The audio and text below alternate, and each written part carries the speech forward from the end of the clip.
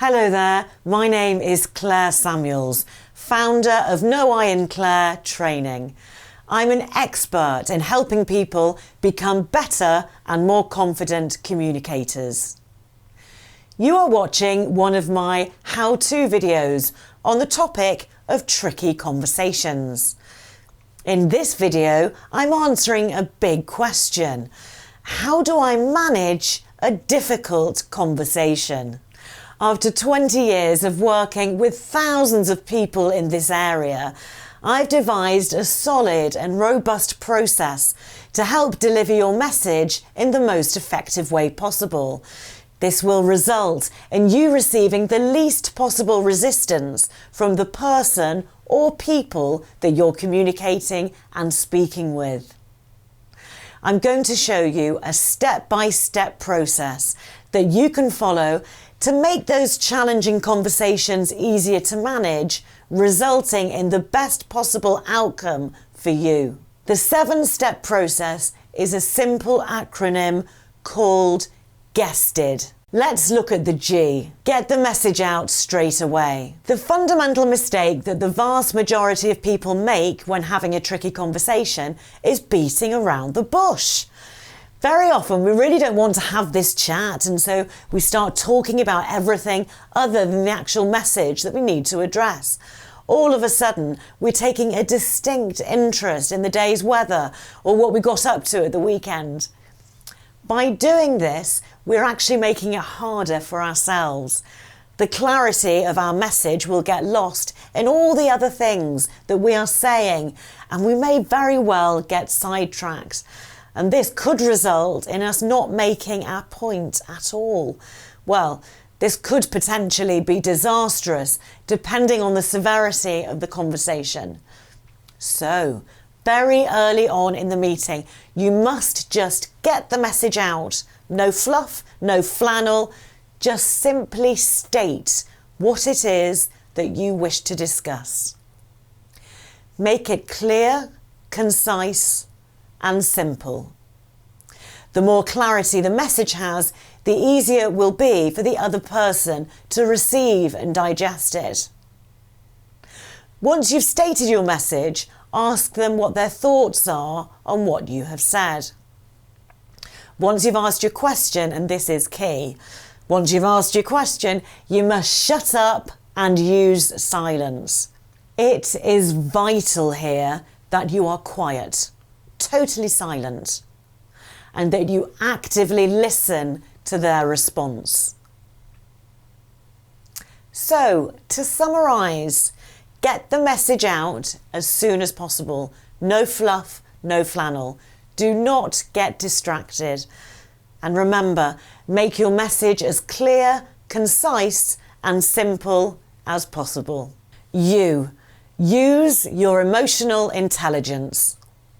Research undertaken by the global recruitment company Career Builder tells us that 71% of employers say that they value emotional intelligence, EI, over intelligence quotient, IQ.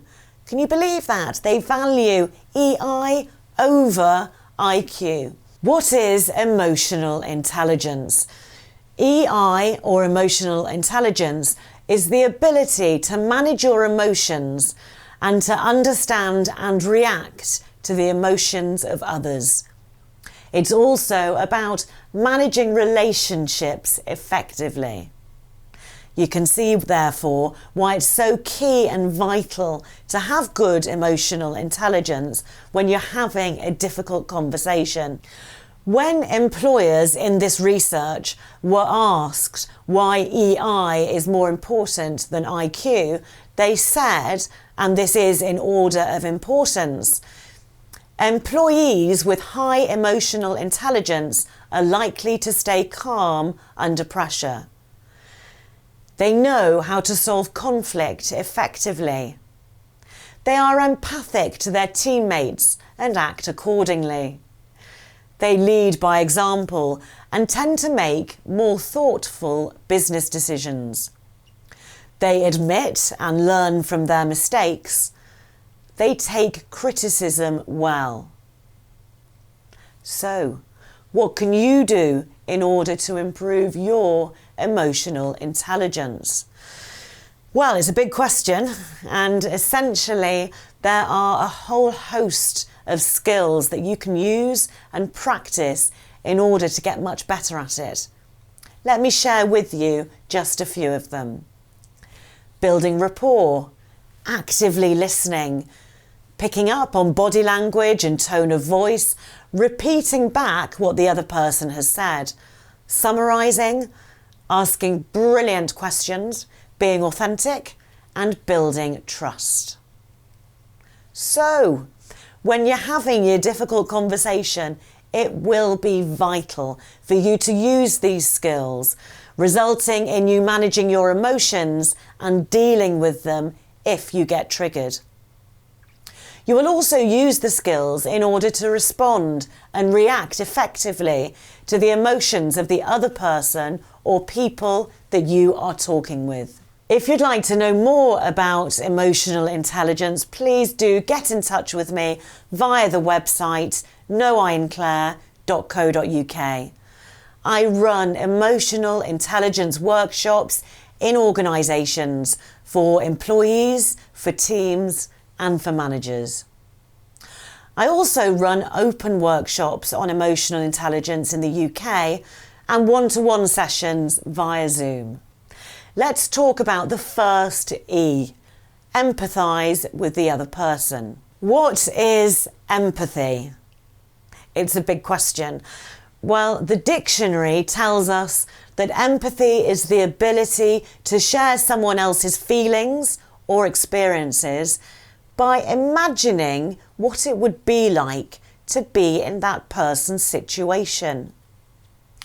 As you can see from that definition, it is fairly broad, and empathy can look like lots of different things depending on the situation it is being used in.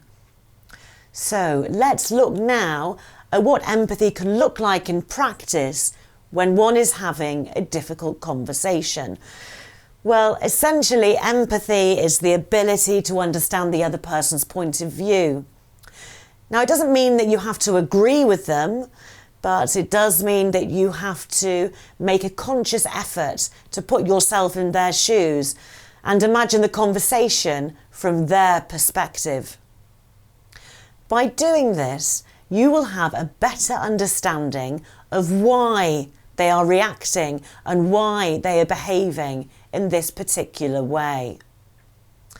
During the difficult conversation, it will be helpful for you to acknowledge their feelings and their emotions. For example, if they say to you, "I'm really feeling frustrated right now," a good response would be to acknowledge how they're feeling and respond with something like, "I'm really sorry that you're feeling frustrated." You're not apologising that you've done something wrong, but you are showing them that you are genuinely sorry that they are feeling like that. They're quite different things. Now, if somebody has had a trauma or a bereavement or an experience that you haven't had, you can still show them empathy. Just because you cannot literally know what it feels like, because it hasn't happened to you, it doesn't mean that you cannot show them empathy and empathise with them. What you can do is imagine what it must be like, and you can even vocalise it. For example, "I imagine that must be very hard for you." So, in summary, during a difficult conversation, do show empathy, be authentic, genuinely put yourself in their position and imagine what things might feel like from their perspective. S. Schedule in enough time for the conversation.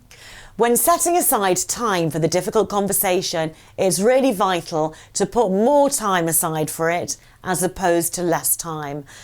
This isn't the right occasion for you to be cutting the conversation short, as there is somewhere else that you need to get to.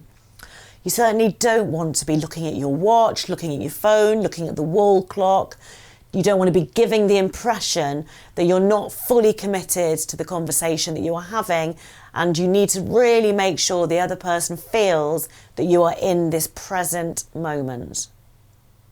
Otherwise, it could make the other person feel that you have somewhere more important to be and that you're not giving this matter the attention it deserves. I highly recommend then that you give yourself at least 30 minutes more than you anticipate that you will need. So you'll have plenty of freedom to explore the communication in depth. And if you do finish earlier than anticipated, so be it. You've got some extra time to contemplate how the conversation went and to write down any actions arising from it. It's far better to have extra time in the meeting than not enough. In summary, if you think it will take around 30 minutes to have the conversation, book in a whole hour. T, take your emotions out of it. Many people can get really emotional when they're having tricky and challenging conversations. They might not like the responses that they're getting from the other person.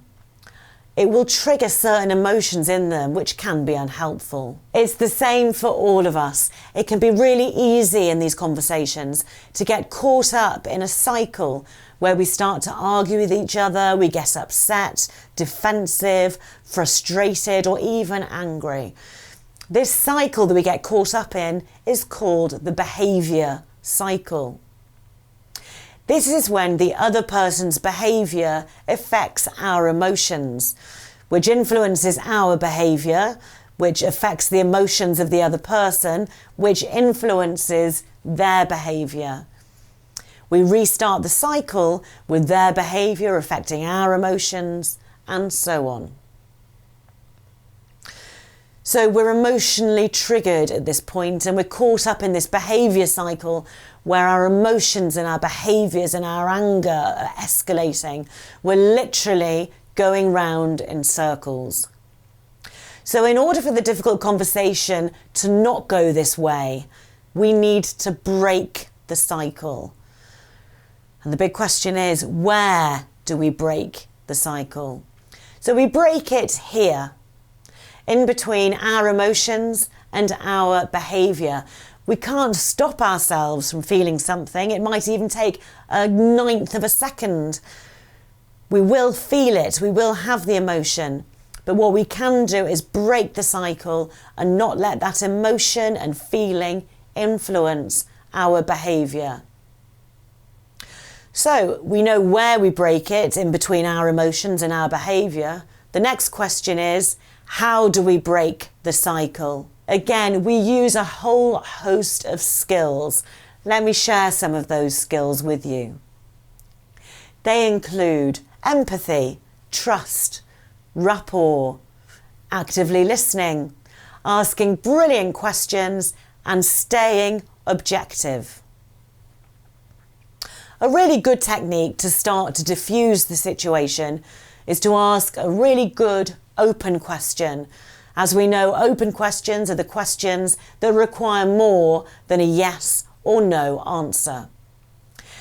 This makes the other person have to think, thus taking them away from reacting from their heart. They now need to stop, think, and give an answer from their head. This also gives you thinking time and allows you valuable seconds to keep your emotions in check and practice those brilliant skills to break the behaviour cycle. In summary then, remember, stay objective at all times and don't let yourself get caught up in that behaviour cycle. The second E, explain your position. It's really important in these conversations to actively listen to the other person when they are stating their position and explaining where they're coming from. Equally, it's just as vital that you explain and state your position in a very calm and measured way. When doing this, it's key that you use objective language and stick as closely to the facts as possible. It can often as well be really helpful to talk about the impact or the consequences of what has or hasn't happened. For example, last Tuesday when this happened, the impact was such and such. Then the person you're talking with has a really good understanding of the situation and what the consequences were. Once you've explained your position in an objective and calm way, it's a really good idea to ask the other party, so what are your thoughts on that? It's a great open question that will help you understand how they feel about what has happened and how they feel and what their thoughts are on what has specifically been said. Once you've asked the question, it's absolutely vital that you stay quiet and use silence. You must do this in order to let the other person respond.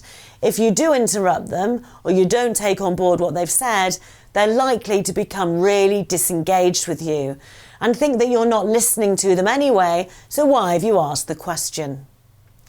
Listening and questioning are vital skills to use here. And I run both 1 and 2 day workshops on these underrated communication skills. Please look at my website, noiandclare.co.uk for more details. D. Don't make any assumptions. The more you can talk about facts, figures and evidential information, the better. It's a really good idea to stick to the reality of what's happened and when, as opposed to perceptions and assumptions. As soon as we start to assume how the other person is feeling or make assumptions about what has or hasn't happened, we are seriously moving into dangerous territory. Doing this can easily trigger the other person, and emotions can flare up very quickly from both parties. So the key then here is to be really objective. State facts when possible, as opposed to giving opinions. The more you say, I think, and in my opinion, the more it becomes about you and your agenda and not about the matter in hand and that you are wanting to have a conversation about. So please don't get drawn into an argument by telling the other person what you think is real. Actually state the facts about the reality. Then, of course, the other person will see it as fact and not as what you think is the truth. In summary, it's really as simple as this. Ask questions. Don't assume you know how the other person is feeling or what their views are. If you want to know more about having difficult conversations, please get in touch with me, noiandclare.co.uk. I run these workshops in organisations for employees, for teams and for managers. I also run these difficult conversation open workshops in the UK, and I'm also having one-to-one sessions with my clients via Zoom. Thanks for watching, and I really look forward to hearing from you.